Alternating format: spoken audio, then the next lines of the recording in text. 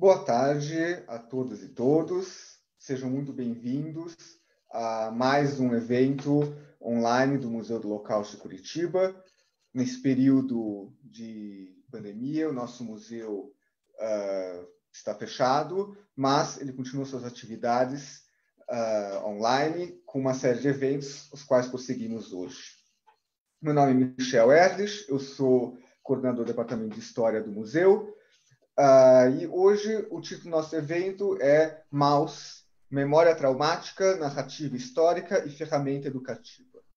MAUS é uma graphic novel que teve a sua versão final e definitiva, publicada no começo dos anos 90, e o título completo é MAUS, A História de um Sobrevivente, do quadrinista norte-americano Art Spiegelman. É considerado um dos clássicos dos quadrinhos contemporâneos.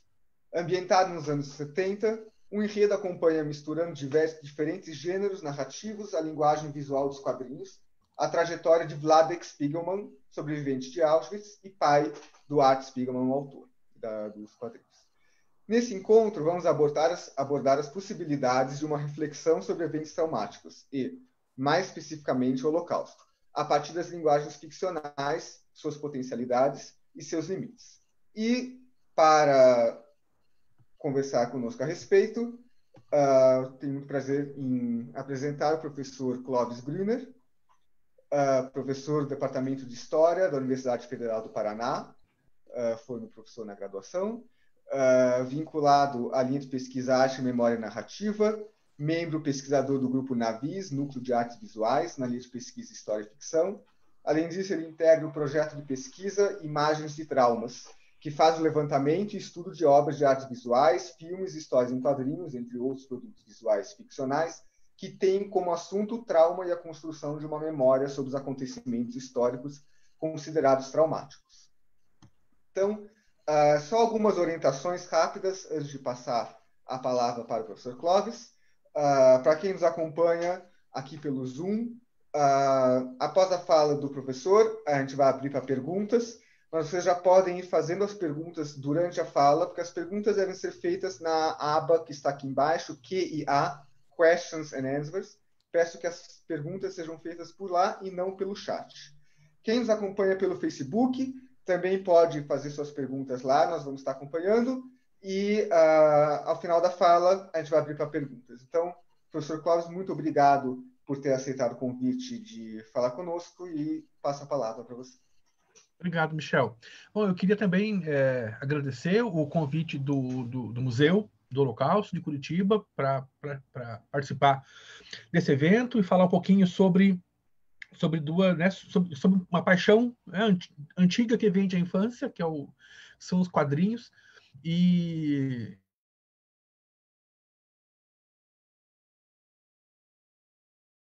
de estudos.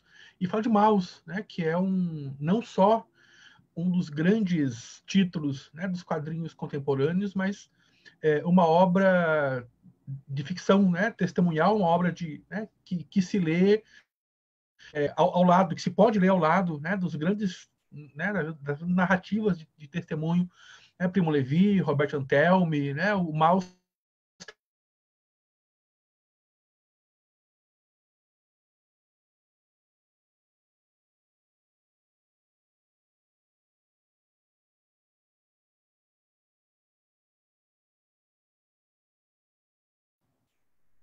Oi, gente, desculpem, acho que minha conexão caiu e eu voltei aqui. Deu uma travada e agora você voltou. Desculpem. Vamos prosseguir. conexão tem isso. Então, eu dizia assim, falar de Maus, que é uma obra que, como eu dizia, né, não é só um dos grandes títulos dos quadrinhos contemporâneos, né, é um dos grandes títulos da chamada narrativa de testemunho, né, e que se lê ao lado né, dos grandes, né, como o Primo Levi, né, Robert Antelme, para mencionar os dois autores, dois sobreviventes, né, do Holocausto, que legaram, né, testemunhos pungentes, e Mal se lê como uma obra que articula, né, que articula a memória, né, do pai, né, do Wlałek, né, Spiegelman, ele próprio sobrevivente, né, de Auschwitz, a memória de uma relação, né, complicada, difícil, né, dele com o filho, o autor, Art Spiegelman, e eu vou depois falar um pouquinho também do quanto essa relação algo complicada, né, entre pai e filho também ou pode ser lida, né, de algum modo como uma resolução da experiência traumática da sobrevivência, né, do Holocausto e de Auschwitz mais particularmente. Então, assim, agradecer de novo, mais uma vez, o convite do museu e parabenizar pela iniciativa. Eu sei que não é a primeira, né, das lives que o museu tem feito uma coisa dessa experiência toda, né, de pandemia. Se alguma coisa bacana saiu, foi ter descoberto que está aí, né, a tecnologia pode ser usada para encontros e discussões que antes demandavam agências mais aplicadas, né, porque presenciais, né? Então, muitíssimo obrigado uma vez mais, e vamos ver se eu só preciso tirar uma dúvida antes de começar a falar, que é como é que eu compartilho meus slides para o pessoal ir acompanhando. Ah, tá. Você deve ter embaixo, se está no computador, Sim.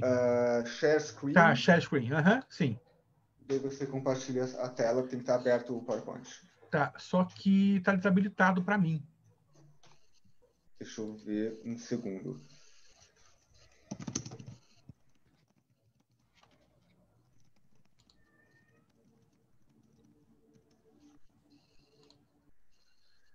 Deixa eu ver se eu consigo. Tá. Ah, tá. Acho que agora deve ir.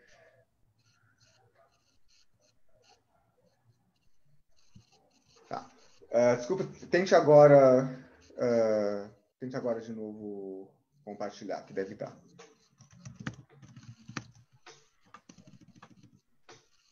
Tá aparecendo lá? Por enquanto, não. Não. Deixa eu ver aqui.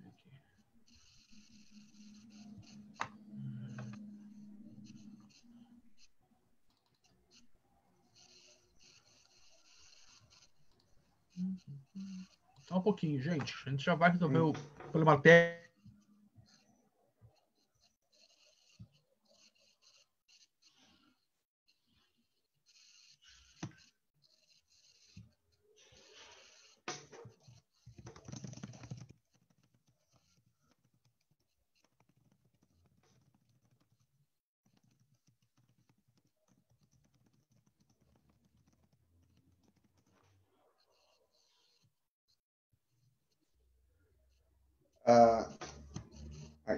Acho que houve um pequeno problema de conexão, já voltamos. Já voltamos.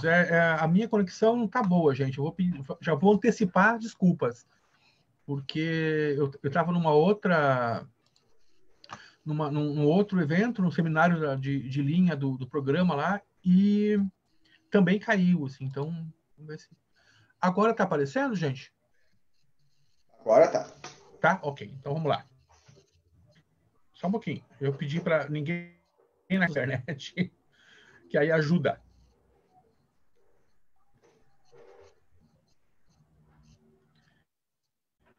Então, vamos lá, gente. Bom, eu vou seguir, né, esse roteiro que está aí, né, nesse primeiro slide, em que eu vou tentar pautar, né, até para respeitar o tempo, eu vou tentar pautar a discussão sobre o mouse a partir de um recorte, né, porque como é uma obra, para quem já leu, né, uma obra riquíssima, né, ela permite várias leituras. Né, eu vou propor aqui um recorte, né, que a gente trabalhar a partir do mouse, né, a possibilidade de articular essa obra, né, a discussões sobre memória e memória traumática, né? Então, eu abro com uma brevíssima, né, explanação acerca, né, do que é essa memória traumática, enfim, né, de como a gente pode entender, definir, né, isso que se chama de memória traumática. Em seguida, né, também uma breve, né, reflexão sobre de que modo, né, as linguagens artísticas, ficcionais, né, de que os quadrinhos são parte, de algum modo permitem, né, uma aproximação, né, a essas memórias, muitas vezes mais sensível, né, mais complexa até, né, do que, por exemplo, né, o discurso mais acadêmico, né, incluso aí o discurso historiográfico. E aí encerro, né, com uma leitura um pouco mais detida, né, de alguns aspectos do Mauss, né, que, por outro lado, aparece ao longo da fala, né. Eu vou usar como suporte, né, de algumas reflexões mais teóricas, né, algumas imagens, né, no Mauss, já, né, tentando articular um pouquinho a discussão teórica sobre memória, sobre trauma, né, enfim, a própria narrativa do Spiegelman, né? Então, eu começo, né, falando da experiência, ou mais precisamente, né, do que é isso que se convencionou chamar, né, de memória traumática. A ideia de trauma, né, ela tá muito articulada, né, ao discurso da psicanálise, né, e uma boa parte, né, dos estudos que vem se desenvolvendo desde alguns anos, né, em torno ao conceito de memória traumática, tentando deslocar essa discussão do campo clínico, né, onde ela surge com Freud lá, né, nos anos 10, logo depois da experiência, né, da Grande Guerra, para pensar, né, acontecimentos históricos mais amplos, né, a própria guerra, né, mas também o Holocausto, bomba atômica, no contexto da América Latina, né, as ditaduras recentes. Né, então, uma boa parte das discussões que em vários campos, na história, ciências sociais, a literatura, vem instrumentalizando esse conceito, né, de memória traumática para pensar, né, eventos, acontecimentos históricos mais amplos, né, partem da premissa que é a premissa da psicanálise. Né? O trauma, né, é aquela lembrança, aquela memória, né, muitíssimo grosso modo, né, que reprimida, né, a um nível mais profundo do inconsciente, né, dificulta a sua significação. Né? Então, a memória traumática é aquela memória que não pode ser, né, nem lembrada nem esquecida, né? Porque reprimida, né, a um nível mais recalcada, né, a um nível mais profundo, né, do inconsciente, não pode ser significada e, portanto, não pode ser superada pela linguagem. Né? Essa definição, aqui apresentada muitíssimo a grosso modo, né, ela desliza para os estudos, né, sobre memórias traumáticas, tomado aí esse conceito, né, como uma chave para se entender experiências históricas difíceis, catastróficas, como as que marcaram, né, o século XX e, mais particularmente aqui no nosso caso, né, o Holocausto. Né? E como se opera, né, esse deslocamento? Né? De que maneira, né, se opera a transposição, né, de uma reflexão, de um conceito pensado inicialmente, em especial, né, para a vivência clínica, né, para se pensar eventos e acontecimentos históricos mais amplos. Né? De modo geral, e aqui eu, né, me apoio especialmente num filósofo francês chamado Paul Ricoeur, né, ele vai dizer, olha, as memórias, né, traumáticas, né, elas não se distinguem, né, fundamentalmente das demais, né, experiências de memória. Né? Tanto as memórias traumáticas quanto as memórias não traumáticas, né, diz o Ricoeur, né, elas não se constituem, né, apenas individualmente. Né? Então, mesmo o paciente, né, que no divã utiliza, né, o tratamento psicanalítico, né, para superar, né, um trauma que é individual, né, esse trauma também é, de algum modo, né, informado pela partilha, né, dessa lembrança traumática. Então, o Ricoeur, né, seja ao nível, vamos chamar aqui de individual, né, seja ao nível social, né, o que há, né, o que ele defende é a existência de uma interdependência, né, entre a memória individual e a memória social e coletiva, ou a memória construída, né, social e coletivamente, né, aquilo que o Ricoeur vai chamar, então, de uma partilha social da lembrança. Né? E essa interdependência, né, essa inter-relação entre a memória individual e a memória coletiva, né, ela também diz respeito ao modo como se constituem, né, as memórias, né, traumáticas, né, que são lembranças, são memórias socialmente partilhadas. Né? Elas se expressam muitas vezes individualmente, né, mas essa expressão individual, né, do trauma, ele interage, né, com modos social e coletivamente constituídos. Né? No que reside, né, então, a especificidade do trauma, ou da memória, né, traumática, em relação a outras experiências de memória. Né? Se elas compartilham, né, essa partilha social, em que reside, né, aquilo que há de específico, né, na memória traumática. Né? Aqui eu tento elencar, né, alguns, vou chamar aqui de consensos, né, em torno aos estudos sobre o trauma, a partir de alguns autores que vêm se dedicando em campos distintos, né, da história, da literatura, da filosofia, da própria psicanálise, né, a pensar as especificidades e os efeitos, né, das memórias traumáticas nas sociedades contemporâneas. Né? E há três efeitos, né, ou três especificidades, né, particularmente. Né? O primeiro desses efeitos, né, é o quanto tardiamente, né, eles repercutem. Né? Os efeitos tardios, né, das memórias traumáticas, né, que implica, o que significa, né, falar aqui em efeito tardio. Né? Um efeito que não é imediato. Os efeitos, né, das experiências traumáticas, eles se desdobram, né, e alcançam mesmo aquelas gerações, aqueles indivíduos que não necessariamente viveram diretamente o trauma. Há um historiador norte-americano, né, chamado Dominique Lacapra, que enfatiza isso, inclusive em relação à própria experiência do Holocausto. Né? A memória traumática, o trauma, né, ele afeta, né, os efeitos do trauma, dizem respeito, inclusive, àqueles indivíduos e grupos, aquelas gerações que não necessariamente viveram a experiência traumática. Ela atravessa e alcança, produz efeitos, portanto, para além, né, da experiência mais imediata. Do mesmo modo, são efeitos difíceis de controlar, né, difíceis de dominar plenamente. Do mesmo modo que na experiência clínica, né, na experiência individual, né, também em relação a sociedades ou grupos que viveram experiências extremas, né, os efeitos dessas experiências, no modo como as sociedades se organizam, como elas se percebem, alguns desses efeitos são difíceis de controlar plenamente. Esses dois efeitos, né, essas duas características, né, o de produzirem efeitos tardios e nem sempre controláveis plenamente, né, levam a uma segunda característica do trauma, se pensar o trauma como um acontecimento histórico, né, que é a dificuldade, né, de narrar esses efeitos. Né?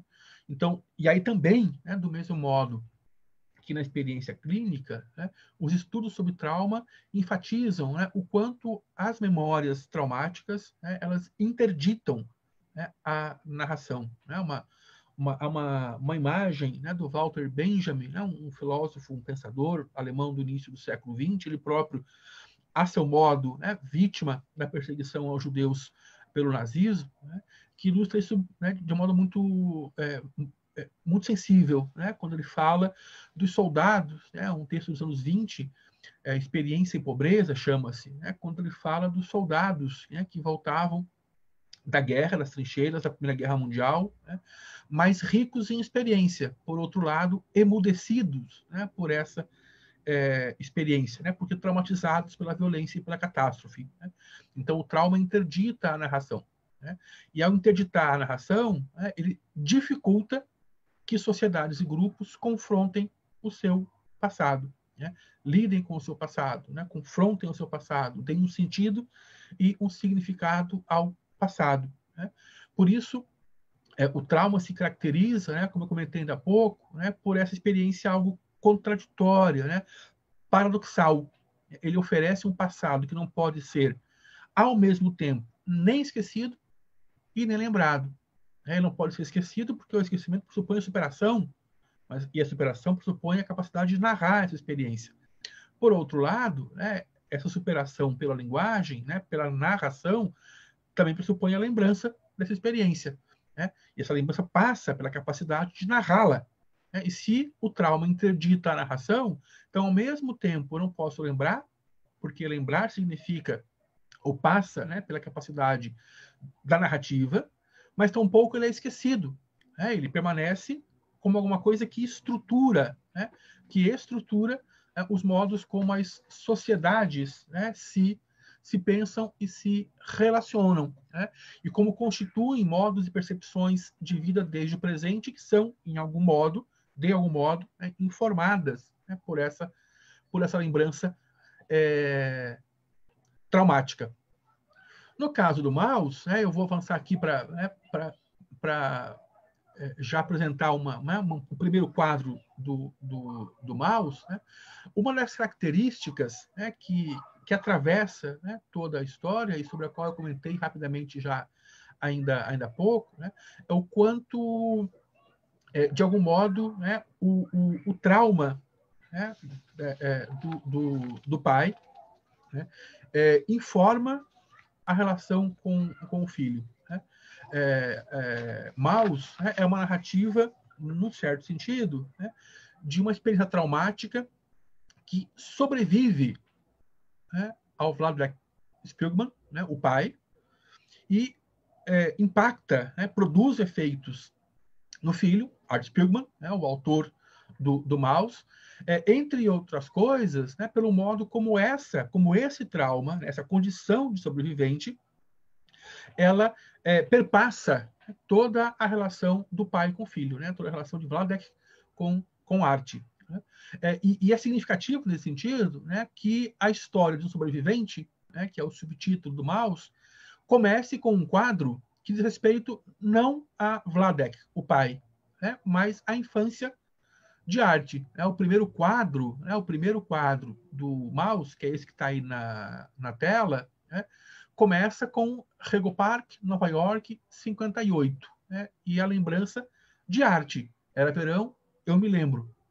Né? Então, todo o fio narrativo, né, toda a condução e mesmo a motivação, né, do Art para escrever e desenhar, né, Maus, né, tem a ver com essa constatação, né, com a percepção muito clara, né, de que a condição de sobrevivente e o trauma da experiência de Auschwitz não diz respeito apenas ao pai, mas também a ele. Né? Numa entrevista, ele chega a comentar isso, né, que ele foi motivado, né, a escrever, a produzir Maus, principalmente, né, pelo desejo de fazer alguma coisa grandiosa, algo grande, né, ele diz. Até então ele vinha já produzindo, né, em revistas independentes, a HAL, que ele próprio editava, né, com a esposa dele, e ele queria fazer uma coisa que fosse, né, maior do que essa produção, algo underground, né, com o qual ele estava familiarizado. Mas, além disso, ele fala, eu queria fazer alguma coisa em homenagem à minha mãe, né, que se suicida em 62, também, né, em decorrência o suicídio, né, dos efeitos traumáticos, né, porque tanto a mãe, que agora me escapou o nome, quanto o pai foram, né, sobreviventes de Auschwitz. Os dois, né, perderam um filho, né, um irmão que Art não conheceu. Né? Então, o primeiro quadro, né, de Maus, que é a história do sobrevivente, né, abrir com uma memória, né, do próprio Art, né, é significativo desses efeitos tardios e do quanto, né, a experiência do trauma ela atravessa, né, gerações, né, o quanto ela tece relações, né, e o quanto ela permanece, né, como alguma coisa, algo algo determinista, né? A determinar ou a orientar, né? Pelo menos, o modo como as relações se constituem. Né? O quadro seguinte, né, é um quadro do segundo volume, né, do Maus. Ele foi no Brasil há 2 edições. Uma edição dos anos 90, que é a edição da Brasiliense, publicada em 2 volumes, respeitando a publicação original nos Estados Unidos. Mais recentemente, né, a obra foi relançada em volume único, tanto lá quanto aqui pela Companhia das Letras. Né? Esse quadro, né, e eu trago porque também para mim é muito significativo, né, de outra característica dos estudos traumáticos. Né? Além dessa anterior, dessa relação, né, implicada, né, do quanto o trauma implica, né, a relação de pai e filho, né, o quanto, e aí eu recorro de volta, né, à fala do Lacapra, né, o historiador norte-americano, né, o quanto a experiência traumática, né, o quanto a memória traumática, ela afeta não só os que viveram diretamente o acontecimento traumático, né, mas repercute e, de algum modo, é sentido, percebido, né, vivido também por aqueles que não estavam lá, né, mas que são, né, como que herdeiros, né, dessa memória. Né? Nesse quadro, né, no contexto do Maus, o Art Spiegelman está surtando, né, com a repercussão, né, da obra, né, e o quanto ela tem surtido efeitos positivos, né, na carreira de um autor até então tanto quanto obscuro, né, porque afeito aí ao mercado underground. E uma das razões, né, dessa pira, né, do Art, ele está fazendo sucesso com uma história do pai dele, né, e mais do que a história do pai dele, né, a história do pai como sobrevivente de Auschwitz. Né, ele está fazendo sucesso, né, a carreira dele desponta, né, comercialmente, inclusive, né, narrando uma tragédia que diz respeito ao pai e a outros tantos milhões, mas que também diz respeito a ele. Né? Então, essa imagem é muito bacana, né, porque ele está no estúdio, é um daqueles momentos, né, em que o personagem dele não é representado, né, como um rato, né, é ele, mas com a máscara do rato, né, numa metalinguagem aí muito, muito interessante, né, porque, para quem não conhece, né, os personagens do Maus, eles são representados, os judeus como ratos, os nazistas como gatos, né, os poloneses como porcos, cada grupo tem né, ele é representado como uma espécie animal. E em algumas passagens, poucas delas, essa é uma delas, né, o Art Spiegelman opera essa relação metalinguística, né, em que ele deixa de ser o Art Spiegelman representado como o rato, personagem de si mesmo, né, em relação com o pai, se representa, né, como o autor do Maus, né, já com o Maus, né, repercutindo, inclusive comercialmente, mas o signo, né, de que as duas figuras se relacionam, né, aparece nessa máscara, né, de camundongo que ele coloca sobre o próprio rosto, debruçado na prancha. Né? E abaixo da prancha, né, os cadáveres, né? Como que assombrando, né, como que presentes, né, nessa, né, o espectro, portanto, né, do trauma, o espectro da tragédia, né, ele está presente o tempo todo, né, não só, né, na relação do Art com o pai, né, mas no próprio modo como o Vardrak reage, né, a seu modo, reage, né, à repercussão positiva, né, ao sucesso comercial de Maus, né, quando reconhece que, no fim das contas, o primeiro grande sucesso dele, né, o comercial, como quadrinista, né, adveio de uma narrativa sobre a tragédia. Né, uma tragédia, como eu disse, que ainda tem afetado mais diretamente o pai e a mãe, né, e a geração, né, dos que sobreviveram a Auschwitz e a outros campos, né, no caso do pai e da mãe a Auschwitz, né, também afeta a sua geração, né, ele que já nasceu no pós-guerra, ele que já nasceu numa condição e que o campo já não era uma realidade presente, né? Mas uma realidade ainda vivida porque ele herda essa memória, né? Ele herda essa experiência, né? Ele é um filho dessa memória, né? E não pode escapar a ela. Adiante, então, né? Uma das coisas bacanas, né, no Maus, né, é que o que o Spiegelman faz, há várias coisas bacanas no Maus, né?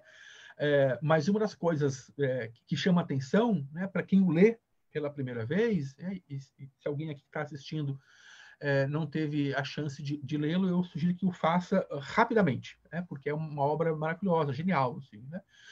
Também, né, tem também a ver com a sinceridade, né, com que o Arte trata tudo no texto, né, da relação com o pai, né, a presença da experiência traumática da memória traumática, né, mais particularmente Auschwitz.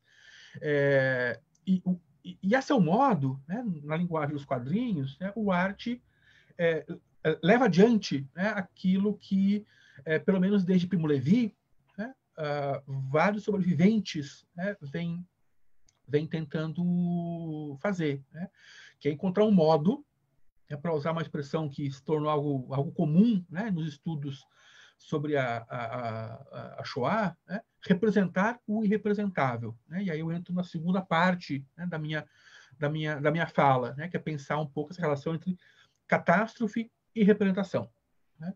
É bastante conhecida, né, a fala, né, do Adorno, né, o filósofo alemão judeu, exilado, né, nos Estados Unidos durante a Segunda Guerra Mundial, né, num texto dos anos 60, né, chamado Educação após Auschwitz.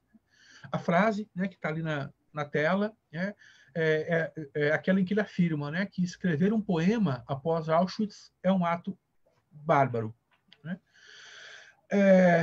Não se pode tomar, né, essa fala do Adorno, né, ao pé da letra, né?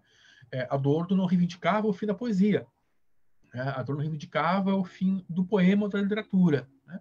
Mas ele chamava a atenção, né, por essa afirmação que tem aí, portanto, né, um apelo bastante alegórico, né?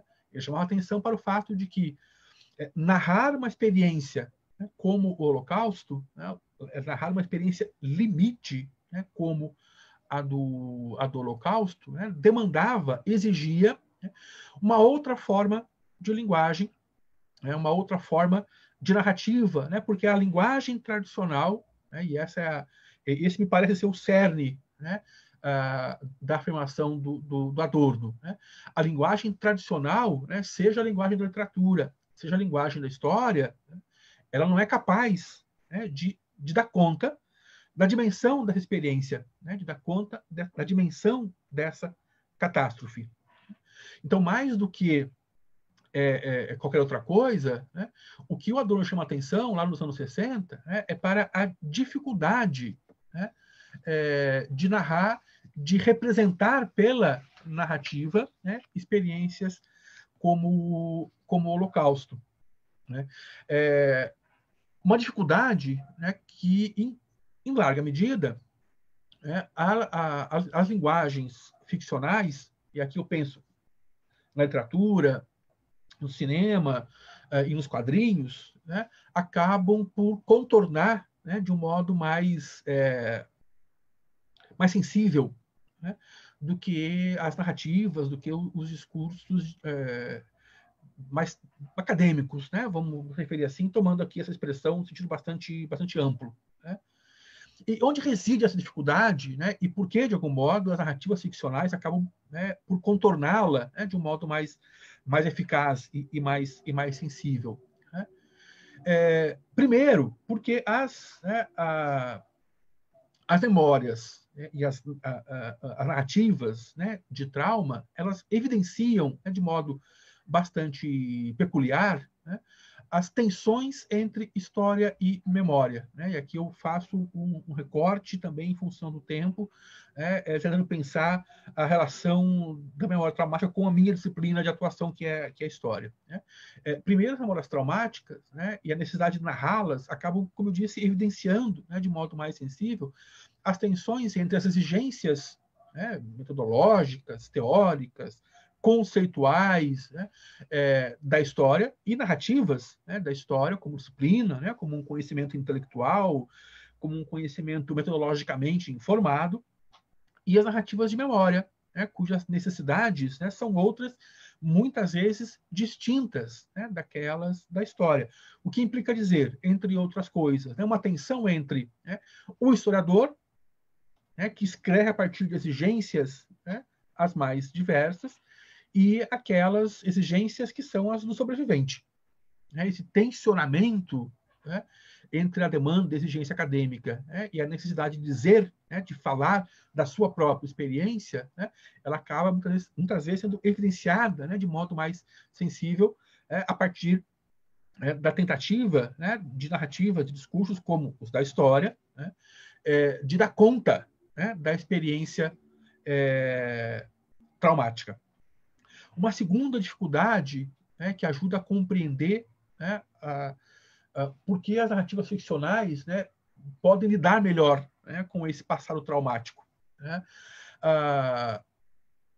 que é a perda, né, dessa posição privilegiada, né, eu coloco aí entre aspas, da distância temporal, né, que é, embora hoje um pouco menos, né, mas ainda, né, aparece no discurso de muitos historiadores e historiadoras como uma questão fundamental. Né? Tomar distância, né, significa, entre outras coisas, poder olhar mais objetivamente, né, um dado acontecimento, né, poder interpretá-lo de modo mais crítico, né, acionando recursos, entre outros, teóricos, né, metodológicos. Né. Ora, se do trauma, né, se quando nós falamos do trauma, nós falamos de memórias, né, que remetem a experiências, a acontecimentos que não estão distantes, né, mas que estão ainda presentes, né, esse privilégio, né, eu insisto nas aspas, né, ele fica suspenso. Né, porque eu não estou falando, né, de um passado que já passou. Né, eu estou falando de um passado, né, que um historiador holandês, né, o Chris Lawrence, chama de passados quentes. Né, esse passado que ainda queima. Né, esse passado que ainda arde. Né, esse passado, portanto, né, que não é de fato passado. Né, não no sentido no sentido temporal, né, no sentido cronológico, perdão. Né, mas não é passado, né, porque ele ainda vive. Ele ainda impacta, né, ele ainda produz efeitos no presente. Né? Então, como tomar distância? Né? Essa distância temporal, né? Essa distância que, ao menos em tese, né, permite que nós, historiadores, possamos olhar, né, um acontecimento com um certo grau de objetividade. Né? Como lidar com acontecimentos que não permitem essa distância. Né? O que significa dizer ainda, né, que a temporalidade do trauma, portanto, né, ela é, de certa forma, incompatível com a da história. Né? São duas temporalidades que entram em conflito, né, que não se excluem necessariamente, né, mas que entram em conflito, né, em função justamente desse passado, né, que se estende, que alcança, que ainda arde, que ainda queima, né, no presente. Né? O que implica dizer, né, por fim e por último, né, que essa repetição do trauma, essa presença do passado, né, no presente, essa presença de um passado traumático no presente, né, colapsa o próprio presente. É porque, entre outras coisas, né, eu não consigo olhar um evento passado, né, e ter dele uma dimensão, né, mais, insisto, né, objetiva, né, como se pretende em relação ao historiador, em relação à história e aos historiadores, né, ou mais crítica, né, porque essa pretensão, essa né, de alguma objetividade, né, e digo alguma porque hoje em dia se sabe, né, que a relação com o passado, mesmo na história, não é inteiramente objetiva, né, há um frágil equilíbrio, né, entre a objetividade e a subjetividade, mas mesmo essa relativa à objetividade, mesmo essa busca, mesmo que parcial, né, por um olhar objetivo, né, se vê em relação ao trauma colapsado, né, pela presença desse passado. Né, desse passado que não passa, né, desse passado que queima, né, para voltar uma vez mais à expressão do Chris Lawrence. né? Daí, né, que as narrativas ficcionais, né, de algum modo, e aí penso, né, de novo, no cinema, na literatura, nos quadrinhos, né, de que o Maus é parte, né, elas acabam, de algum modo, oferecendo, né, uma alternativa interessante, né, para se pensar, né, o testemunho, né, para se elaborar, né, as memórias traumáticas, né, para atribuir a elas um sentido e um significado por meio da narração, em especial, né, das narrativas chamadas testemunhais, né, porque, e aqui eu vou tentar resumir, né, muito rapidamente, né, porque, de algum modo, né, as narrativas ficcionais, né, elas oferecem uma condição, oferecem condições, perdão, né, de enfrentar de modo mais hábil, né, coloca entre aspas, essas dificuldades que as narrativas, os discursos, por exemplo, a história, têm mais dificuldade de enfrentar. Né? Elas, né, por serem narrativas que se abrem, né, ao presente, né, de um modo que a história nem sempre se permite. Né? Por serem narrativas que se abrem, né, à dimensão sensível e trágica, né, do passado, de modo que também, né, a história nem sempre se permite, né? Essas narrativas ficcionais, né, elas acabam fazendo aparecer, né, a importância do testemunho e o caráter trágico, né, da experiência testemunhada, né, de um modo que nem sempre a história e as chamadas, né, ciências sociais, né, são capazes de fazê-lo. E não é por acaso, né, me parece, né, que não, né, que boa parte, né, dos estudos testemunhais, seja na história, né, no campo, né, da teoria literária, da filosofia, enfim, né, se apoiam justamente sobre narrativas literárias e ficcionais, né, tomadas aí da ficção no sentido bastante amplo, né? Porque, entre outras coisas, essas narrativas de testemunho, né, elas reiteram, né, a importância de que essa memória, né, traumática, ela seja preservada, né, ela repercuta, né, no presente, né, que é outra característica, né, que distingue muitíssimo, grosso modo, de novo, né, as narrativas ficcionais das narrativas acadêmicas, né, enquanto narrativa acadêmica, enquanto o discurso, por exemplo, historiográfico, né, tende a reivindicar um certo distanciamento, né, capaz de fixar, né, em categorias, em métodos, né, uma certa experiência passada. As narrativas ficcionais, né, elas pretendem justamente o contrário, né, que é reiterar a sobrevivência, a permanência, né, dessas experiências, né, o que a gente pode chamar aqui com algum cuidado de uma recusa à musealização, né, dessa experiência. Né? Dessas narrativas, né, aquela que talvez seja a inaugural, vamos dizer assim, né, é a do Primo Levi.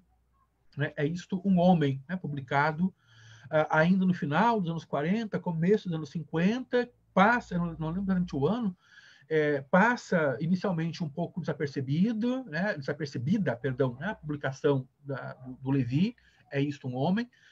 Há quem diga, né, e me parece um argumento bastante razoável, né, que essa primeira repercussão da obra, né, bastante tímida, se deveu ao fato, né, de que justamente a experiência que ele narra ainda está muito recente, né, e assim, por assim dizer, né, o mundo não estava preparado, né, para reviver essa experiência por meio da narrativa testemunhal do Levi, e a obra repercute depois de alguns anos, né, e se torna ainda hoje, né, uma leitura fundamental, né, imprescindível para quem trabalha, né, não só para, né, mas em especial para quem trabalha, né, com a pesquisa, enfim, a experiência do Holocausto. Né?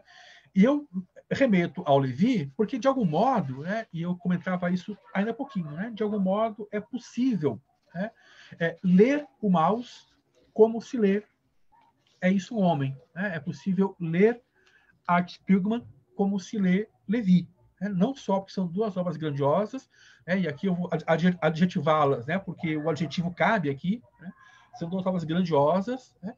Mas porque o modo, né, como o Levi e o Art Spiegelman, né, configuram, né, a memória o Levi, a dele mesmo, né, a do Arte, a do pai, né, são também muito próximas e produzem efeitos muito parecidos, né, produzem efeitos muito semelhantes. Né? Então, o próprio Levi vai pensar também em algumas características do próprio Maus, né, o que caberiam no próprio Maus. Né? Primeiro, né, essa tensão, né, entre a necessidade de narrar e a impossibilidade de fazê-lo. É uma impossibilidade que tem a ver tanto com aquela fala do Adorno lá atrás, né, fazendo um poema depois de Auschwitz é um ato bárbaro, mas também uma impossibilidade que tem a ver com a própria experiência individual, né? Quer dizer, como falar de uma experiência que me tocou tão profundamente, que marcou tão profundamente, né? Quer dizer, como reviver essa experiência. Porque narrar também é seu modo de reviver a experiência. Né? Narrar também é admitir que a experiência não é passado, a experiência ela ainda produz efeitos, né, no presente. Ao mesmo tempo que eu constato essa impossibilidade ou essa dificuldade de narrar, eu tenho plena clareza da necessidade de fazê-lo. O próprio Levi, sobre a sua experiência, o Arte, sobre a experiência do pai. Mas, a seu modo, né, para quem conhece o Maus, isso é muito visível logo no começo. Né? Vladek não hesita, né, em abrir a sua história para o filho. Né? Há momentos ao longo da narrativa em que a narração, o testemunho do pai, do Vladek, provocam ruídos, né? Provocam algumas discórdias, né? Provocam algumas tensões, a palavra é essa, né? Entre ele e o filho. Mas não é a resistência do Vladek, né? Que desde o começo se dispõe a narrar, como que reconhecendo, né, a importância, né, de também ele contar ao filho, né, a sua experiência, né, reconhecendo isso, né, que eu comentava agora, né, essa necessidade de dizê-lo, por mais difícil que seja. Né. Uma segunda característica, né, que é como traduzir essa experiência do sofrimento em conceitos, né, vamos chamar aqui eu chamo de universais, né? Mas em conceitos legíveis, né? Quer dizer, como tornar inteligível uma experiência tão extrema, né?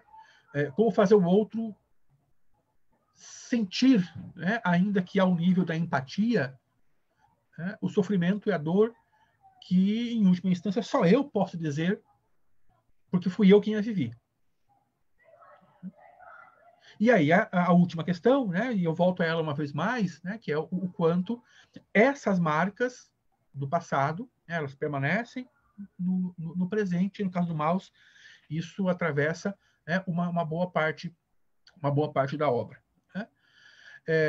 Um segundo, né, aspecto sobre o qual eu queria falar, aí antes de começar a falar, antes de entrar, né, uma vez mais no Maus, né, o quanto a narrativa ficcional, né, eu uso a expressão aqui desconstruir, né, não sei se é a mais precisa, mas talvez seja aqui consiga expressar um pouquinho o que eu quero dizer, né, o quanto a narrativa ficcional, né, ao desconstruir, né, a historiografia, né, por permitir uma aproximação sensível, né, à experiência do trauma, né, por abrir-se mais facilmente, né, ao passado, né, e a necessidade de manter vivo, né, de manter presente esse passado, né, ela o faz justamente porque se sustenta, né, e repercute, né, uma leitura que é, ao mesmo tempo, ética e estética, né, desse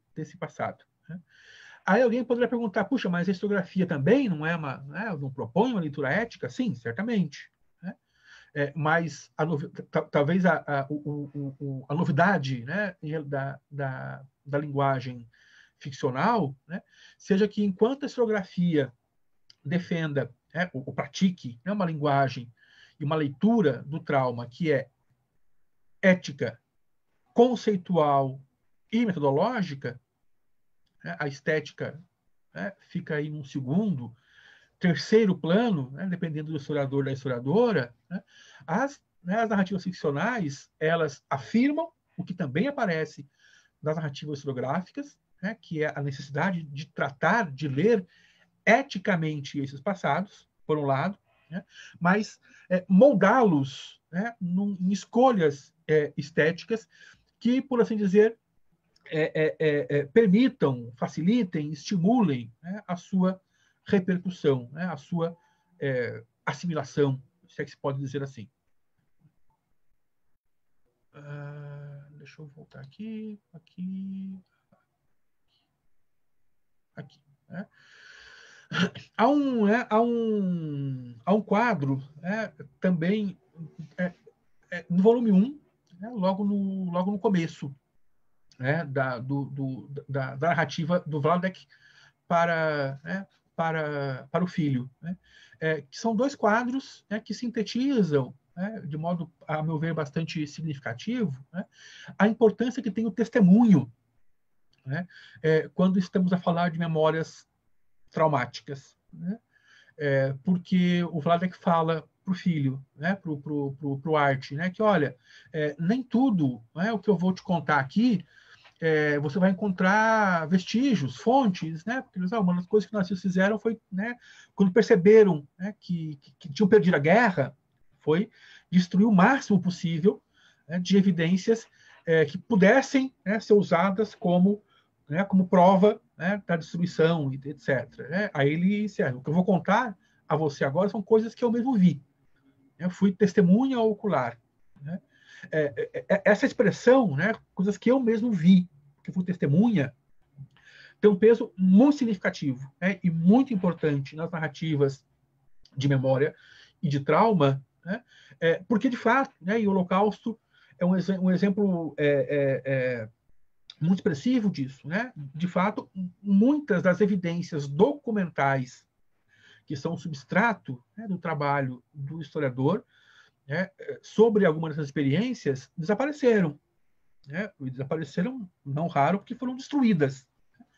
O que obriga, né, a aceitarmos, como parte de um pacto, de um acordo, né, em nome da sobrevivência, né, desse passado, né, e também com uma escolha ética e política, né, de instrumentalizarmos o presente, né, para evitarmos a repetição, né, dessa tragédia ou dessas tragédias, né, nós tomamos como evidência, né, aquele que viu, a palavra daquele que viu, né, que é o sentido mesmo etimológico, né, da palavra testemunha, né, aquele que estava lá, aquele que viu.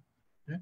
E não poucos eventos de que o Holocausto é, como eu disse, né, talvez o exemplo mais acabado nesse sentido, né?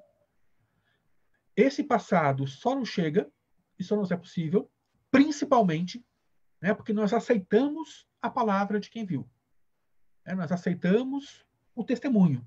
Nós aceitamos que a memória de quem viu narra não apenas a sua experiência individual, mas permite acessar também, né, dimensões, aspectos mais amplos desse acontecimento. Esse é um pressuposto fundamental. Né? E o Spiegelman, né, o filho, o Art Spiegelman, é muito feliz nisso. Né? Porque ao longo de toda a obra, né, ao longo de todo o Maus, né, a gente acessa uma experiência histórica que afetou, né, milhões de pessoas, né, que sobrevive ainda hoje, né, como signo da capacidade de produzirmos tragédias e catástrofes, mas o tempo todo ele não perde de vista, né, que tudo que ele conta sobre o Holocausto, toda a violência, né, que ele descreve na linguagem verbal e na linguagem visual, dependem, no caso do Maus, fundamentalmente, né, que nós aceitemos ética e politicamente isso que aparece nesse quadro. Né, que aquilo que Vladek diz, né, ele diz porque viu, né, porque ele foi testemunha. E isso está em todo o Maus. Né? Quem diz é Vladek. Perdão. Né? Ele viu. Né? E ele pode dizê-lo. Né? Então, em relação a Auschwitz, né, é como se a arte fosse uma espécie de tradutor, né? Mais do que talvez um intérprete, embora também o seja, né? Ele é quase que um tradutor, né? Um mediador entre a memória do pai, né? e o presente. Então, já indo para o, né, pro encerramento, né? Agora que vendo os slides, eu encontro que tinha que estar no começo, né? A gente prepara prepara com carinho, mas sempre tem uma coisa ou outra que podia ser arrumado, né? Isso era isso, tinha que estar no começo. Ainda bem que o Michel no começo apresentou um pouco a obra, né? Mas enfim, né? Maus, né? Como o Michel comentou no começo, né? Ela é uma obra cuja versão ativa, né? Aparece no começo dos anos 90, mas ela é publicada ao longo de vários anos, né? De 79 até 91. Inclusive, o Vladek, né? Ele não chegou a ver a obra, né? Porque ele morre antes do Arte começar a publicá-la. Ela sai ciclos, né, em revistas, e depois ela é reunida em 2 volumes, e é ainda hoje a única obra em quadrinhos, né, a vencer o prêmio Pulitzer, né, que é um prêmio concedido tradicionalmente a obras de literatura. Né? Então, ela é uma obra né, que repercutiu, inclusive, né, a um nível crítico de modo muito expressivo, ao ponto de ser laureada, né, com um prêmio entregue tradicionalmente a obras literárias e a escritores, né? E há um certo consenso. Assim, eu sei que consensos sempre são meio complicados, né? Mas, enfim, mas há um certo consenso, né? De que Maus se trata, né, de uma obra que contribuiu, né, de modo decisivo para elevar os quadrinhos a um outro patamar, né? A um outro patamar artístico, a um outro patamar, né, histórico, né? Inclusive, né? O Joshua Brown, né, que é um historiador norte-americano, né, comentou, né, sobre Maus quando da publicação do primeiro volume, né, em 91, né, que Maus não é um quadrinho ficcional nem uma novela gráfica, né, por mais inusual que seja a sua forma, é uma importante obra histórica que oferece aos historiadores e aos historiadores orais em particular, né, uma aproximação única à construção e interpretação narrativa. Né? Ele é que ele pode chamar aqui, né, de uma narrativa a seu modo, né, e muito peculiarmente historiográfica, né, e que articula 3 níveis, né, que estão o tempo todo presentes, né, na obra. Né? Um nível histórico, né, tomado aqui no sentido um pouco mais restrito, então é uma obra sobre o Holocausto, né, uma obra que pode ser lida tranquilamente, né, com uma história do Holocausto, né, junto com outras obras, né, que também partem, né, de experiências testemunhais, né, e eu mencionei aqui há pouquinho, retomo, né, o próprio Levi, Robert Antelme, entre outros. Né.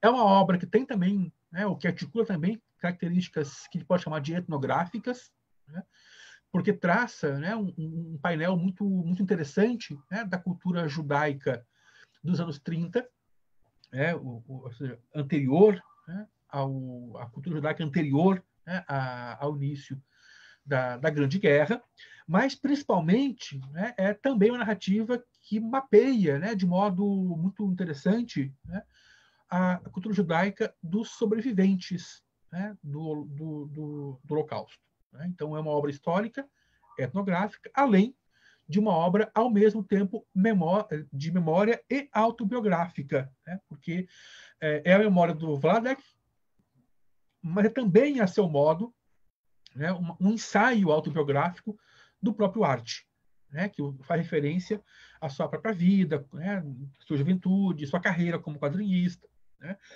o suicídio da mãe e o quanto isso impacta, etc, etc. Né? Então, é uma obra que você pode trabalhar, você pode ler e trabalhar com ela em pelo menos 3 chaves que se complementam, né? Porque não há um momento que é histórico, não há um momento que é etnográfico, não há um momento, né, que é uma obra de memória ou autobiográfica. Né? Essas 3 características, elas se articulam ao longo da obra. Então, é possível, dependendo, né, de como você lê, dependendo de como você quer trabalhar com a obra, na sala de aula, por exemplo, né, você pode lê-la, né, e trabalhar com ela, né, como uma obra sobre o Holocausto. Você pode lê-la e trabalhar com ela, para conhecer um pouquinho do ambiente cultural, da comunidade judaica, do pré e do pós-guerra, sobre sobreviventes, e pode trabalhar com ela como um exemplo de uma obra de memória e autobiográfica, ao mesmo tempo memória e autobiografia. Então, é uma obra também do ponto de vista narrativo, bastante complexa, e bastante rica. E é uma obra, e aí deixa eu aumentar meu tempo aqui, acho que eu tenho mais, estou quase estourando, mas eu vou já dar uma fechada aqui, tá? E é uma obra que repercute, que incorpora algumas das principais características das narrativas testemunhais, e de modo muito sensível, e talvez o apelo visual talvez não, acho que o apelo visual tem um papel muito significativo nisso também. É uma obra que não apenas dá voz às vítimas, em especial ao Vladek, mas que procura figurar essa voz, essa experiência das vítimas, por meio de quadros que dispõem ao leitor, que aproximam o leitor e produzem uma empatia em relação à própria dimensão do sofrimento. O Saul Friedlander, que é um historiador do Holocausto, ele fala sobre as narrativas testemunhais, que inserir na dimensão coletiva da experiência traumática a voz dos indivíduos, a voz dos sobreviventes, permite, e aí eu cito, enfrentar a representação de um passado dominado por decisões políticas e administrativas que neutralizam o caráter concreto da desaparição e da morte. Sobre Maus, isso é muito significativo. Em vários momentos, em várias passagens, seja no discurso verbal, nos balões, seja principalmente nas imagens, a experiência pessoal dá relevo a aspectos do cotidiano mais ordinário e da violência, principalmente dos campos de concentração. Essa imagem eu a trago porque ela é muito significativa disso que o Friedlander fala. Inserir a voz individual permite você arrancar a morte da estatística, permite arrancar a morte dessa percepção que a neutraliza. Não são milhões. É uma criança que foi morta pela brutalidade de um soldado nazista. Não são milhões que morreram, mas é uma criança que, agarrada pela perna, é dilacerada, violentamente dilacerada, quando jogada contra o muro de um campo de concentração. Imagens como essa aparecem ao longo da obra como a reafirmar a importância de que se fale do Holocausto e da tragédia do Holocausto, não apenas em termos estatísticos, incorrendo no risco de que, ao presente, para a nossa geração presente, essas mortes sejam neutralizadas, se não mesmo naturalizadas. Mas é preciso dar um nome ao sofrimento. É isso que o Maus também reivindica. É preciso dar um nome e quando não há um nome, um rosto ao sofrimento. É preciso arrancar a morte dessa dimensão neutralizadora. É preciso dizer quem morreu. É preciso dizer quem sofreu e quem morreu. É preciso dar um nome, uma voz e um rosto à experiência do sofrimento. E aí eu fecho apontando algumas características outras do Maus, além dessas mais propriamente históricas, que é a sua dimensão pedagógica. Ela já está presente né, essa dimensão pedagógica quando o Mauss articula, né, 3 dimensões, a histórica, a etnográfica e a de memória. Né? Mas, ao longo de Mauss também, você consegue perceber, né, como leitor e como professor, enfim, né, o quanto a obra faz aparecer, né, representando, né, além de práticas e hábitos, né, culturais da comunidade judaica do pré e do pós-guerra, né, muito particularmente, de modo muito sensível, né, o modo como a própria experiência, né, do Holocausto não se fez, né, como a erupção, né, de uma tragédia que estava pronta, né, mas como um processo que foi se constituindo, né, ao longo de anos e que alimentou, né, entre outras coisas, o antissemitismo. Né? Então, a narrativa apresenta, né, práticas de discriminação, de guetização, de encarceramento, além, né, do extermínio, meios e modos, né, de disseminação do antissemitismo. Né? E aqui eu encerro, né, com alguns exemplos disso. Né? Na narrativa do Vladek, né, em 1938, né, foi a primeira vez que eles viram, né, acender a bandeira do nazismo. Né? É uma passagem bacana, né, porque até aquele momento, para o Vladek, né, que era um comerciante judeu abastado, né, o antissemitismo já era uma experiência cotidiana, mas a ameaça do nazismo ainda não estava tão visível e tão presente, né, porque, entre outras coisas, ele fala, né, o antissemitismo é uma coisa com a qual ele estava meio que, aspas, acostumado. Né? E ele, né, que tinha uma condição de vida algo privilegiada, não percebia, nos anos 30, né, ainda, uma ameaça que fosse diferente daquela que os judeus estavam acostumados a experimentar desde há muitos séculos. É esse momento, em 1938, né, quando a bandeira do nazismo tremula pela primeira vez diante dele, da família, que ele começa a perceber que talvez alguma coisa de diferente, né, pudesse ser percebida nessa experiência nova que era a do antissemitismo nazista. Aqui, né, um pouco do cotidiano do campo, né, incluindo, né, a tatuagem do número, né, no braço. Né, mas essa sequência, de que aqui eu recorto só um pedaço, né, ela vem de 2, 3 páginas em que o Vladek descreve ao arte como foi a chegada do campo, né, e como era essa rotina no campo. Né, os tratamentos diferentes dados a uns e outros, né, o apoio, né, dos poloneses,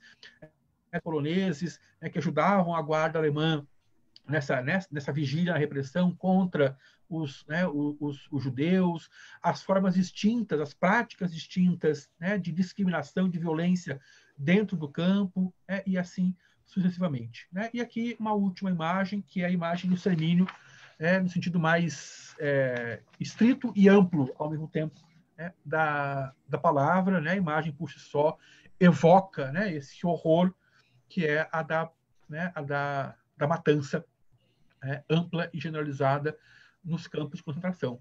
É uma imagem por si só bastante chocante, né? Mesmo representada num quadrinho com ratos, né? Uma imagem bastante chocante. E aqui eu encerro mostrando rapidamente para cá, né? Para esse slide aqui que eu, né, deixei passar batido, um comentário que acho que é importante. Né? Quer dizer, por que falar de Mauss? Né? Ou por que falar de outras narrativas de testemunho? Né? Por que falar de quadrinhos? Né? Por que pensar o quadrinho como uma narrativa de testemunho? Né? Porque o quadrinho nos serve em que ele nos interessa. Né? De novo, né, o Saul Friedlander, né, o historiador do Holocausto, que eu mencionei ainda há pouco, né, ele defende que uma memória será efetivamente coletiva, né, se ela conseguir chegar a uma vasta quantidade, né, se ela chegar a um público, né, bastante amplo. Né? E ele fala, obviamente, de algumas memórias, em especial a memória do Holocausto. Né? Lembrar as tragédias, né, o Holocausto e tantas outras, né, que atravessaram o século XX, né, implica em tomar a memória dessas tragédias, né, como alguma coisa que precisa chegar e ser lembrada, né, por um público bastante amplo. O que significa, né, entre outras coisas, que a gente precisa, né, utilizar suportes, linguagens e narrativas que não apenas as acadêmicas, né? E aqui, obviamente, não vai nenhuma crítica, né, às narrativas acadêmicas, nós precisamos delas, e eu sou acadêmico, né, estaria sendo contraditório, né, se dissesse o contrário, né? Mas se trata de fazer lembrar, né, de tragédias, só a academia, só a historiografia não dá conta, né, e não chega, né, a um público muito amplo, não tem a capacidade de chegar a esse público como narrativas como Maus, né? Então nós precisamos falar de Maus, né, entre outras narrativas de ficção, né, para que essas memórias não incorram, né, no risco de serem esquecidas. Gente, é isso. Eu acho que eu extrapolei o meu tempo e eu peço perdão, mas encerro por aqui e estou aberto aí às questões. Obrigado. Muito obrigado. Bom, eu vou... Já tem várias perguntas que chegaram aqui. Eu vou fazer algumas delas. Vamos ver quantas que a gente consegue fazer. Bom, eu começo com uma pergunta aqui da Carolina Bertin. A Carolina pergunta em que sentido se daria a homenagem do Art à sua mãe. Tive a impressão de que o personagem... tive a impressão, ela, Carolina, falou, né? A impressão de que o personagem Art corta o discurso das sobreviventes mulheres, como quando ignora Mala, a nova mulher do pai, quando ela começa a contar sobre sua trajetória no campo, ou até mesmo quando representa a mãe como frágil e fraca, ou seja, a mãe representada através dos olhos do pai. Você quer que eu, fazendo uma pergunta, já responda, ou quer que eu faça Se tiver mais, eu de repente fazer um bloco de 2, 3, aí... tá. Então, essa é uma primeira sobre as figuras femininas retratadas no Maus. Outra pergunta, se essa metalinguagem dos animais, se ela tem algo a ver, se teria algo a ver com a Revolução dos Bichos do George Orwell. E uma terceira pergunta, para fechar esse primeiro bloco, então, uma pessoa que não colocou o nome, mas que pergunta se, na sua concepção, o Maus seria uma narrativa ficcional. Vamos lá. Então, começo lá pela primeira pergunta. Eu acho que, em parte, esse silenciamento, né, das figuras femininas tem a ver um pouco com o próprio tempo da obra, né, dos anos 70, que começou a ser escrito nos anos 70, anos 80, enfim, e com o ambiente, né, dos quadrinhos desse período, que era ainda, não sei se ainda é, mas acho que era ainda um ambiente muito masculino, né? Agora, por outro lado, né, essa explicação não dá conta, né? Assim, né, dizer que o Art escreve porque o ambiente em que ele está ainda é um ambiente muito masculino não dá conta, né? Eu acho que há, de um lado, e aqui eu vou tentar uma explicação um tanto quanto psicanalítica, assim, né? Aí né, esse silenciamento também tem a ver, me parece, né, com a dificuldade que ele tem de lidar com a figura feminina dada a ausência da mãe. É uma ausência que é anterior ao suicídio, né? Porque a mãe, como sobrevivente, né, experimentou, né, o trauma de Auschwitz, né, de um modo distinto do Vladek, né? O Vladek era uma figura dura e difícil, maníaca, né? O Art descreve o pai como uma figura maníaca e tal. E a mãe é uma figura frágil, né? Frágil no sentido assim, psíquico mesmo, né? Foi internada algumas vezes, etc., antes do suicídio, né? Então, eu tenho a impressão, né, que esse silenciamento das figuras femininas, né, para além de uma explicação um pouco mais contextual, né, o ambiente do quadrinho, o ambiente era mais do que hoje, um ambiente ainda muito masculino, etc., etc., né, também tem a ver um pouco com essa dificuldade do próprio Art, né, de lidar com a figura feminina, né, de resolver o que para ele também é um trauma, né, que é a ausência da mãe, né, que a madrasta não substituiu, né? Tanto que naquele quadro que eu mostrei ali, que ele está na prancha, né, debruçado, né, e embaixo estão os cadáveres todos, ele fala sobre isso, né? Minha mãe se matou, e põe entre parênteses, sem um bilhete. E isso né? Isso aparece em mais de um momento ao longo de Maus, né? De novo, né? Estou aqui, né, numa interpretação meio psicologia de botequim, assim, né? Mas eu tenho a impressão que esse silenciamento que o Arte impõe às mulheres, seja a mãe, seja a madrasta, tem a ver, de um lado, com a dificuldade dele de lidar com o que é também o seu trauma, né, a ausência da mãe, e também com um certo, não sei se a palavra aqui é essa, mas fico com ela que parece adequada, um certo ressentimento dessa ausência. Né? O pai ficou, o pai sobreviveu, o pai não se matou. Né? Tem uma passagem no Mouse que ele está com a Françoise, que é a esposa dele, e ele fala, puxa, né, meu pai quer que eu entenda o Holocausto, mas, cara, como é que eu vou entender o Holocausto? Né? Um troço muito maior do que eu e tal. E ele conta, né, para a esposa que quando ele era criança, ele sempre pensava, né, se ele estivesse nos campos com o pai e com a mãe, e fosse obrigado, né, a escolher qual dos dois mandar para a câmara de gás, quem ele mandaria? E era sempre o pai, ele fala, né? Sempre meu pai é uma figura difícil e tal, não sei o quê. Por outro lado, né, você pensa, esse sujeito, né, que na fantasia dele matava o pai, né, tem que lidar com o pai que sobreviveu, ao passo que a mãe, que ele escolhia na fantasia dele, né, como aquela que, que permaneceria ao lado dele, né, depois da tragédia, essa escolheu morrer. Então tem aí uma dose de ressentimento também com a mãe, né, uma dificuldade de entender o gesto, de lidar com o gesto, de superar o gesto, né, e o ressentimento que atravessa essa relação com a mãe ausente. E por que parece que esse é o trauma do Arte? Né? Porque se o trauma é aquilo que eu não consigo dizer, e ao mesmo tempo é aquilo que, né, que determina, em larga medida, as minhas condutas, as minhas escolhas, né? A morte da mãe, o suicídio da mãe, talvez mais do que o holocausto, né, de que ele é um herdeiro, né, por meio do pai e da mãe, é o trauma do Arte. É essa memória, é essa lembrança que ele não consegue dizer, e porque não consegue dizê-lo, ele não é capaz de significar. Né? Então, me parece também, né, passa um pouco por aí. Né? A questão da metalinguagem, sim, em parte é uma referência à obra do Orwell, mas é uma referência, o próprio Orwell, né, já é uma referência a uma tradição literária, né, que remonta aí às fábulas, né, do século XVII, XVIII e tal, que é metamorfosear. Né? Tem uma palavra, agora me escapa, né, essa metamorfose de personagens humanos em bicho e vice-versa. Tem uma expressão, para isso que me escapa agora. Né? Então, assim, é uma filiação, né, uma tradição que não começa com Orwell, que é anterior ao Orwell, mas é também, né, um modo de figurar, né, na narrativa uma certa percepção, né, dos personagens, né, porque as escolhas não são casuais. Né? Representar o judeu como rato não é casual.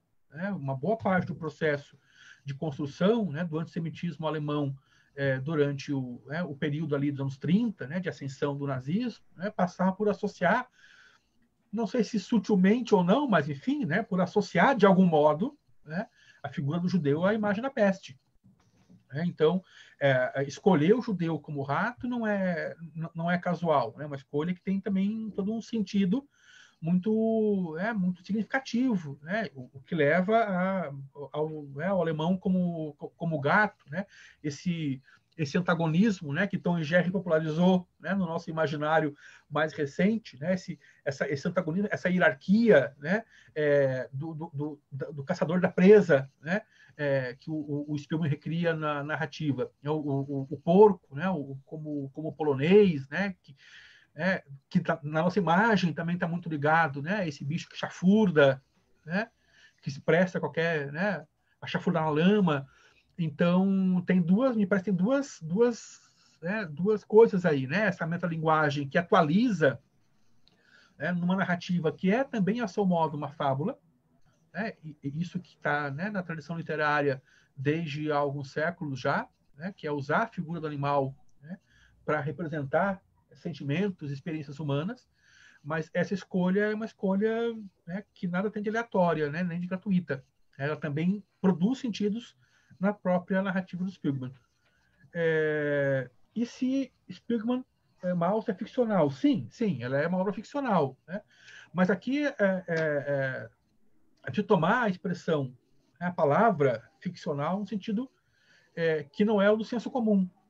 A gente tende a associar ficcional, aquilo que não é verdadeiro, ou aquilo que é fingido, ou aquilo que, de algum modo, enfim, não é capaz de dar conta da realidade.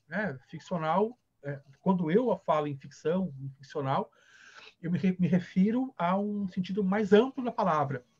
Ficcional como um ato que dá forma a uma realidade. Um ato que dá forma e finge. Finge em que sentido? Finge não porque mente sobre ela, mas finge porque, por meio de uma linguagem, no caso do Maus, os quadrinhos, dá forma e substitui pela linguagem uma realidade que não pode mais ser vivida nem experimentada. Então, a finge nesse sentido. A finge porque tem uma expressão que eu gosto muito de um historiador também norte-americano, o Hayden White, que ele chama de realismo figural, contra um realismo algo ingênuo dos historiadores.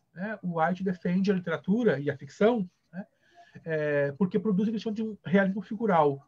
São figuras que permitem perceber a realidade, figuras que aproximam o real do leitor, no caso do Maus, uma realidade passada do leitor do presente, e, ao mesmo tempo, essa aproximação se dá numa liberdade de escolhas estéticas, de escolhas narrativas, etc., nem sempre viáveis num discurso um pouco mais duro, vamos dizer assim, que é o discurso acadêmico ou historiográfico.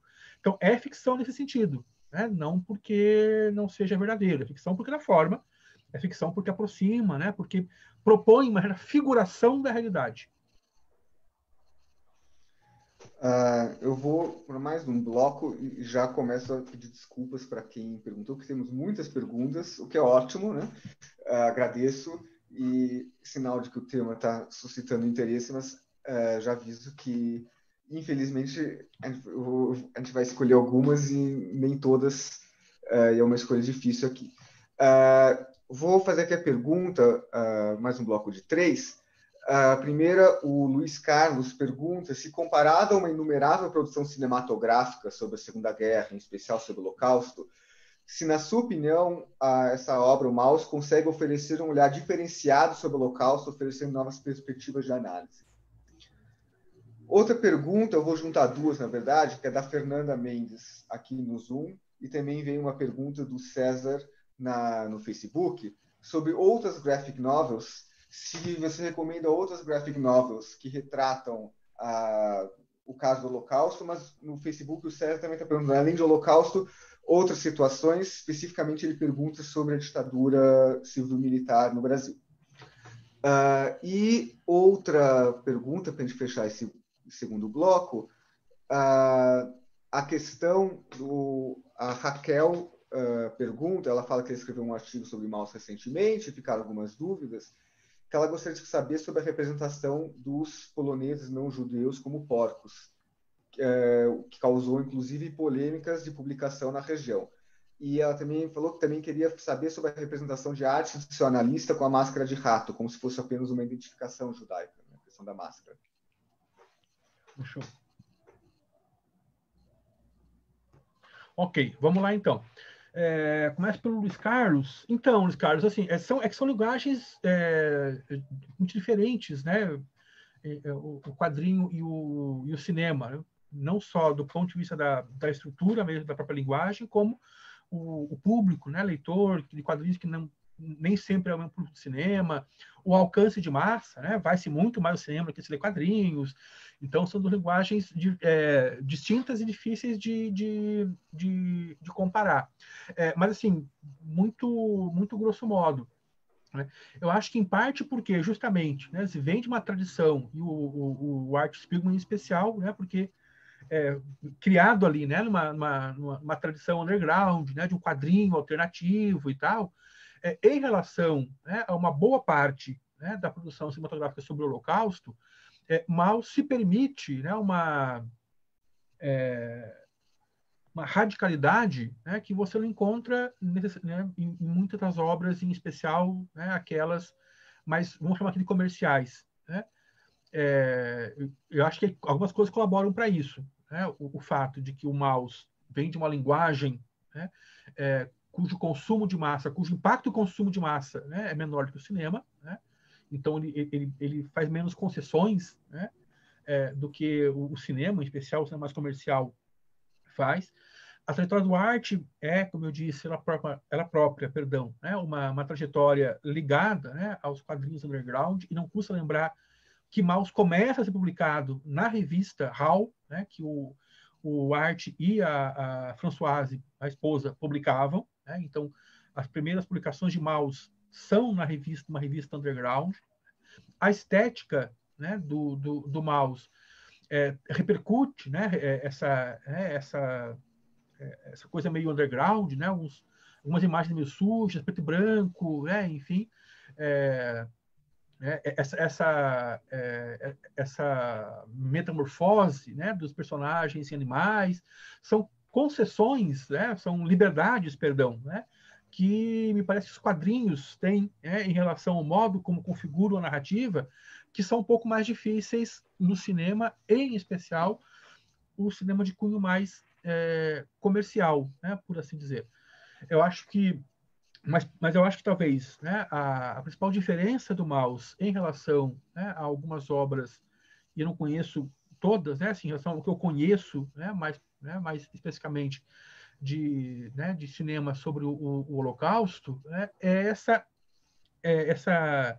centralidade, né, que tem a memória, essa dupla memória, né, a memória do arte e a memória do Vladek, né? E o modo como elas se relacionam, né? O modo como é possível perceber, lendo o Maus, né, que a memória, né, do Vladek, né, a memória da geração do Vladek, né, ela repercute e ainda informa, ainda produz efeitos, né, e na trajetória do próprio filho, né? Isso me parece muito bacana, embora seja possível pensar isso também em outros filmes, né? Mas no Maus, essa presença, né, do passado, né, esse passado que não passa, né, ela é uma questão central e que aparece, né, como eu tentei mostrar, desde o quadro que abre o quadrinho, né, que não é uma imagem do pai, não é uma imagem do campo, né, uma imagem de arte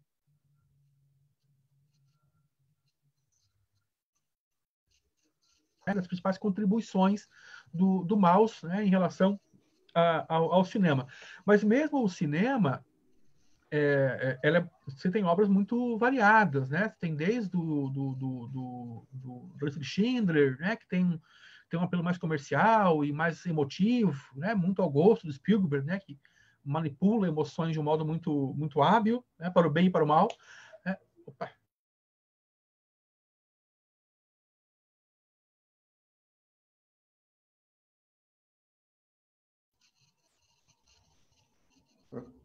Professor, você travou aqui. Opa, desculpem, caiu de novo e voltou. Até Shoah, né, do Claude Lanzmann, que assim, é uma coisa completamente, perdão, diferente, né? Se você, perdão, a lista de Schindler, para ficar nesse exemplo, né, nesses dois exemplos, a lista de Schindler com o Shoah, né, um documentário interminável, né, que são horas e horas do Lanzmann, você tem dois filmes que tomam o mesmo problema, né, o Holocausto, de perspectivas muito distintas. Eu gosto particularmente, né, de algumas obras que têm feito isso que o Maus faz, né, que é mostrar o quanto esse passado repercute no presente, né? Memórias Secretas, né, que é mais recente. Tem um filme que eu acho muito bacana com com o Magneto, que eu vou lembrar, agora vou lembrar o nome, que é baseado num conto do Stephen King, doideira, assim, que também, né, ele é um soldado, um sobrevivente, né, um soldado nazista que se refugia nos Estados Unidos e é descoberto por um adolescente vizinho. Você lembra qual é, Michel? Não vou lembrar agora, desculpa, a memória aqui né, que é muito legal, né, que é com o Ian McKellen. Eu lembro o nome do Ian McKellen. Me veio Magneto, mas pô, Magneto é sacanagem porque ele é o Ian McKellen. Que é, não vou lembrar, O Aprendiz. O Aprendiz. Porra, é muito bom. Assim. Então, também o cinema é muito, muito variado, né? Assim, tem várias narrativas, algumas mais interessantes e mais contundentes, outras um pouco menos, enfim. Eu, pessoalmente, não gosto muito do Spielberg. Tem uma pirrinha, né, com o Spielberg adulto. Eu gosto muito do Spielberg, né, quando lida com adolescente. Quando ele se mete a fazer filme adulto e sobre temas difíceis, eu não gosto. Né? O que me leva à próxima pergunta, né? Assim, sobre o Holocausto, mais particularmente, César e Fernanda, né? Me ocorre agora, assim, de memória, uma obra chamada A Herança, que é de uma quadrinista de Israel. Não vou lembrar o nome agora, até tentei entrar na internet para lembrar, eu tive que sair para ir lá no quarto pegar e olhar. Mas A Herança, que é muito bacana, e que também tem um pouco essa pegada meio do Maus, né? É mais realista, né? Vamos dizer assim, menos, né? Menos alegórico do que o Maus, mas conta a história de uma neta, de uma sobrevivente, né? Que acompanha a avó, né? Que tem que deixar Israel para ir até os Estados Unidos para receber uma herança. Perdão. Né? A história também é muito bonita, muito sensível, né? Porque essa relação, né? Que a neta tem com a avó, né? Essa reaproximação, né, da neta com a avó, reaproxima a neta do seu passado, né? A jovem do seu passado, né? Um pouco como o Maus, né? A narrativa da avó, a memória da avó afeta, né, a neta, que se percebe como parte, né, e o título é ambíguo, né, de uma herança, né, a qual da qual ela não pode fugir, né, como, não só como judia, mas como judia neta de uma sobrevivente. Né? E aí há quadrinhos, né, sobre vários e vários eventos traumáticos. Né? Gen, Pés Descalços, né, sobre a bomba de Hiroshima, uma obra também volumosíssima, vários e vários tomos. No Brasil, salvo engano, agora mais recentemente todos traduzidos, mas é muito, muito, muito bonito também, muito sensível, é muito bacana.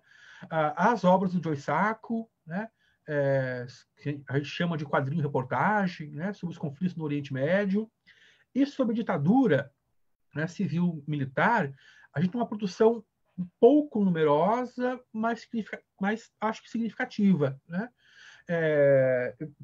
Eu posso depois, se o César ou a Fernanda quiserem, eu deixei o meu e-mail ali no último slide, não sei se anotaram, eu posso depois deixar também aqui de algum jeito, me mandem um e-mail que eu passo referências mais completas. Tá?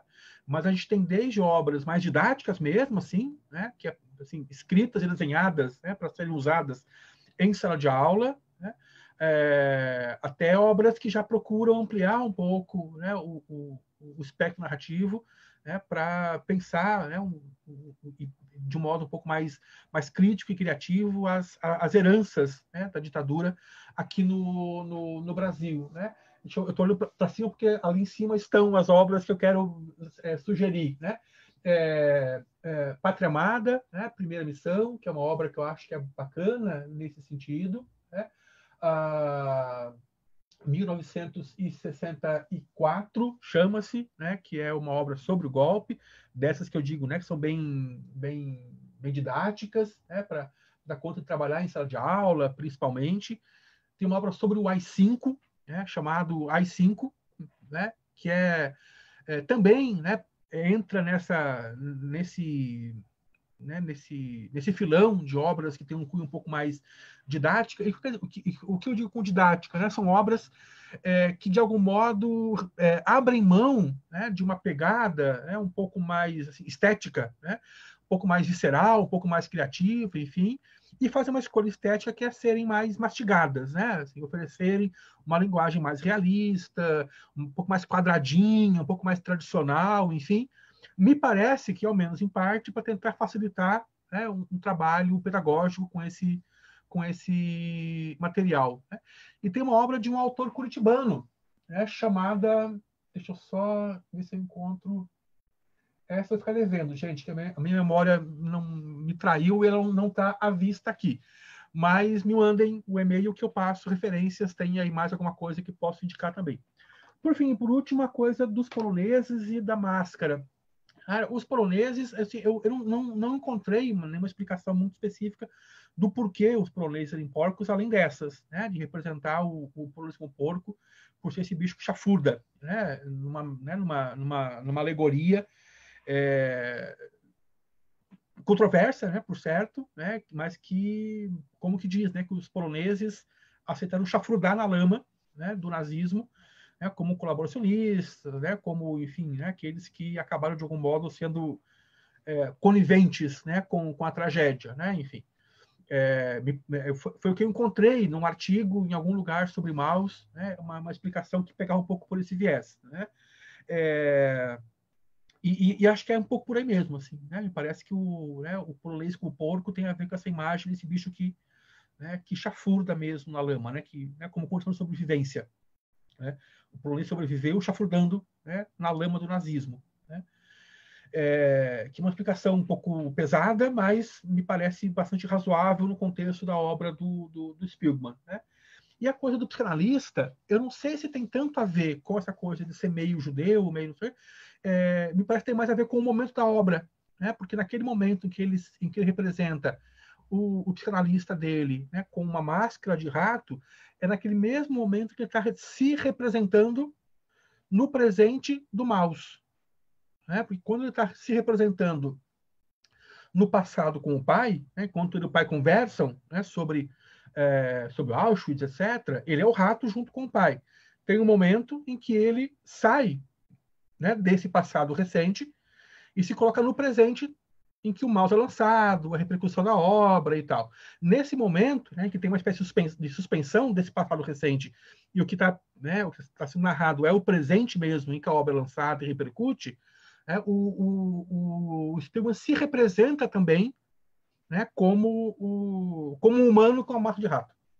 Né? Então, me parece que é uma metalinguagem que tem a ver menos com a insinuação de que o analista pode não ser um judeu e mais com essa necessidade metalinguística, metanarrativa, né, de se representar num outro tempo da narrativa que é o presente da própria obra. Ok? Acho que respondi, né? Muito obrigado. Bom, a gente já está até... fomos por bastante tempo.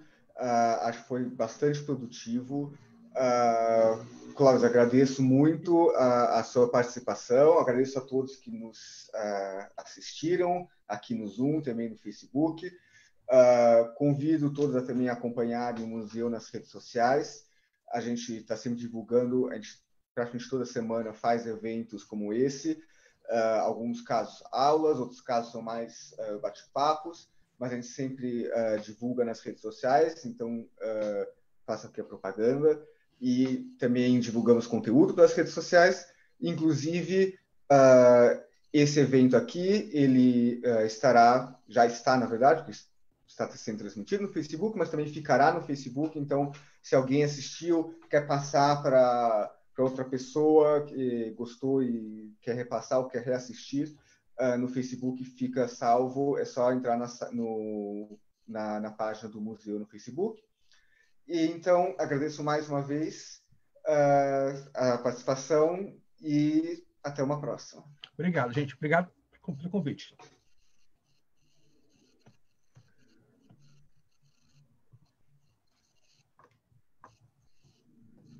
Opa!